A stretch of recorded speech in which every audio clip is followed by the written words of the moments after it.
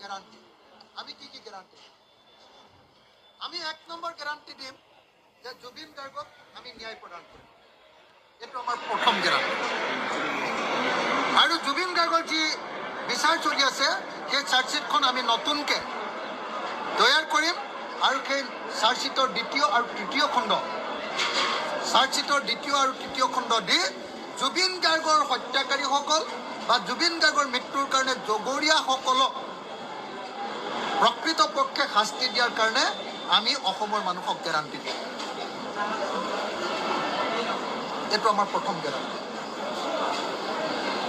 আমাৰ দ্বিতীয় গ্যাৰান্টি হ'ল খিলঞ্জীয়া মানুহৰ নেতৃত্বত অসমৰ সকলো জাতি জনগোষ্ঠীয়ে সমিল মিলে থকাৰ গ্যাৰান্টি কাকো উৎপাত কৰিবলৈ আমি কাকো অনুমতি নিদিওঁ আমাৰ দ্বিতীয় গ্যাৰান্টি হ'ল খিলঞ্জীয়া মানুহৰ নেতৃত্বত প্ৰত্যেকজন বৈধ ভাৰতীয় নাগৰিক শব্দটো ব্যৱহাৰ কৰিছোঁ আপোনালোকে মন কৰিব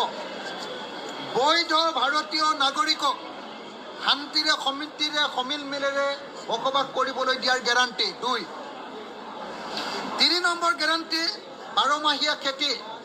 3 নম্বৰ গ্যাৰান্টি 4 নম্বৰ গ্যাৰান্টি সমৰ্থন মূল্যৰ আইনী নিশ্চয়তা খেতিয়কে যি বস্তু উৎপাদন কৰিব সম্পূৰ্ণৰূপে তাৰ গ্যাৰান্টিড MSP পাব গ্যাৰান্টিড MSP 5 নম্বৰ আমাৰ গ্যাৰান্টি হ'ল অসমৰ প্ৰত্যেকগৰাকী মহিলাক আমি 3000কে টকা দিম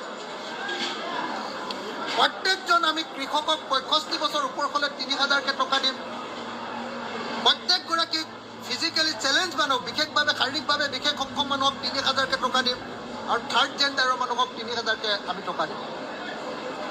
মানে অসম চৰকাৰে যিটো অৰুণোদয় দি আছে সেই অৰুণোদয়টো আমি অসমৰ সকলো মহিলাকে দিম আৰু সেই অৰুণোদয়টো আমি এতিয়া 1250 টকা নহয় 3000 টকা কৰি দিম আৰু সেই অৰুণোদয়টোত আমি কৃষকসকলক 65 বছৰ ওপৰ হোৱা প্ৰকৃত কৃষক আৰু শ্ৰমিকসকলক অন্তৰ্ভুক্ত কৰিম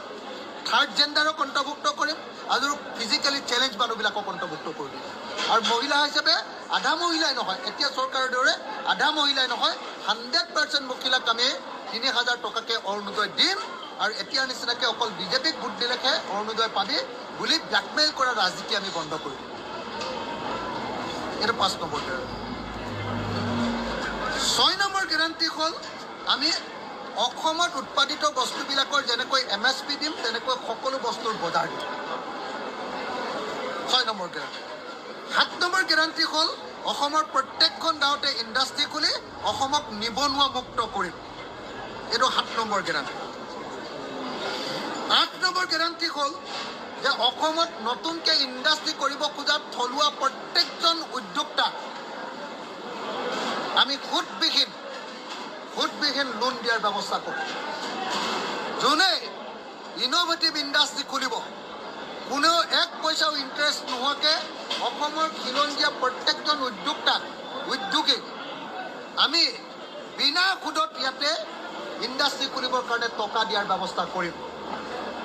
বিনা সুদত পইচাটো ঘূৰাই দিব লাগিব কিন্তু বিনা সুদত দিম তাৰ পাছত আমি অসমৰ 100% অসমৰ স্থায়ী চাকৰিয়ালবিলাকক আমি OPS দিম 100% খেতিয়কবিলাক কি কয় চাকৰিয়ালক আমি OPS পুৰণি পেঞ্চন ব্যৱস্থা দিম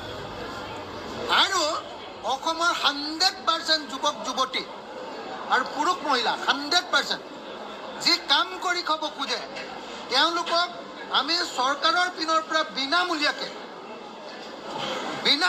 তেওঁলোকক আমি দক্ষতা বিকাশৰ কাৰণে এবছৰৰ ট্ৰেইনিং দিম ইংৰাজী আৰু হিন্দী শিকাম বিদেশী ভাষা জাপানীজ ভাষা জাৰ্মানী ভাষা ফৰাচী ভাষা এনেকুৱা ধৰণৰ যিবিলাক ভাষা যিবিলাক দেশত কাম কৰিবলৈ যাব সেই দেশবিলাকৰ ভাষা শিকাম আৰু তেওঁলোকক আমি দক্ষতা বিকাশৰ আঁচনিত ধৰক কোনোবাই সিকিউৰিটি গাৰ্ড কৰিবলৈ যাব বা 14000 টকাৰ দৰমহা পায় আমি তেওঁলোকক পুলিচৰ ট্ৰেইনিং দি দিম বিনামূলীয়াকৈ এবছৰ আৰু এবছৰ বিনামূলীয়াকৈ পুলিচৰ ট্ৰেইনিং দি দিম ইংৰাজীটো শিকাই দিম বাহিৰত গৈ কাম কৰিলে তেওঁ 35000 বা 40000 বা 50000 টকাৰ দৰমহা পাব নাৰ্ছ এগৰাকীক আমি এবছৰ বিনামূলীয়াকৈ নাৰ্ছৰ ট্ৰেইনিং দি দিম চবেই নাৰ্ছৰ ট্ৰেইনিং ল'ব পাৰিব সবকে বিনামূলীয়াকৈ ট্ৰেইনিং দি দিম ট্ৰেইনিং দি দিয়াৰ পাছত তেওঁক ইংৰাজী শিকাম, হিন্দী শিকাম, জাপানীজ ভাষা শিকাম, ফৰাচী ভাষা শিকাম, যি দেশলৈ যাব খুজিব সেই দেশৰ ভাষা শিকাম, আৰু তেওঁ এবছৰত যাতে 1 কোটি টকাৰ কণ্ট্ৰেক্টত তেওঁ যাতে আপোনাৰ নাৰ্ছ কৰিবলৈ বা ড্ৰাইভিং কৰিবলৈ যাতে বা ডাক্তৰ কৰিবলৈ যাব পাৰে, তাৰ কাৰণে তেওঁলোকক এনেকুৱা স্কিল কৰি তোলে। কথা বুজিছেনে? অসমৰ প্ৰত্যেকজন মানুহক এই কাম কৰি দিম। এইটো হ'ল আমাৰ 10 নম্বৰ আমাৰ গেৰাণ্টি। তাৰপিছত 11 নম্বৰ গেৰাণ্টি হ'ল যে অসমৰ প্ৰত্যেকখন LP স্কুল, ME স্কুল, হাইস্কুলত ক্লাছে প্ৰতি শিক্ষক নিযুক্তি দিম। প্ৰতিটো শ্ৰেণীয়ে প্ৰতি শ্ৰেণী কোঠাৰ ব্যৱস্থা কৰি দিম। প্ৰত্যেকটো বিষয়ৰ প্ৰতি বিষয় শিক্ষক নিযুক্তি দিম। আৰু অসমৰ প্ৰত্যেকখন বিদ্যালয়ত ইণ্টাৰনেশ্যনেল ষ্টেণ্ডাৰ্ডৰ হিমন্ত বিশ্ব শৰ্মাই যেনেকৈ তেওঁলোকৰ ঘৰত স্কুল এখন খুলিছে, IB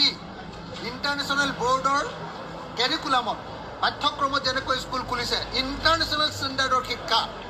অসমৰ প্ৰত্যেকখন প্ৰাথমিক বিদ্যালয়ত ইণ্টাৰনেশ্যনেল ষ্টেণ্ডাৰ্ডৰ শিক্ষা দিবৰ কাৰণে শিক্ষকসকলক আমি প্ৰশিক্ষিত কৰিম। কি ক'লোঁ? প্ৰত্যেকখন প্ৰাথমিক বিদ্যালয়ত বিনামূলীয়া শিক্ষা, বিনামূলীয়া গুণগত শিক্ষা, ইণ্টাৰনেশ্যনেল ষ্টেণ্ডাৰ্ডৰ শিক্ষা, বিনামূলীয়া শিক্ষা দিওঁতে প্ৰত্যেকটো শ্ৰেণীত একোটা শ্ৰেণী কোঠা, আৰু প্ৰত্যেকটো শ্ৰেণীৰ কাৰণে একোজন শ্ৰেণী টিচাৰ, আৰু প্ৰত্যেকখন স্কুলত কৰ্মচাৰী 4th গ্ৰেড 3rd গ্ৰেডৰ কৰ্মচাৰী নিযুক্তি আৰু প্ৰধান শিক্ষকৰ নিযুক্তিৰ ব্যৱস্থা কৰা হ'ব। এইটো গেৰাণ্টিত আমি বিনামূলীয়া গুণগত কোৱালিটি এডুকেশ্যন। আৰু নেক্সটটো 12 নম্বৰ গেৰাণ্টিটো হ'ল যে গুণগত বিনামূলীয়া স্বাস্থ্য সেৱা।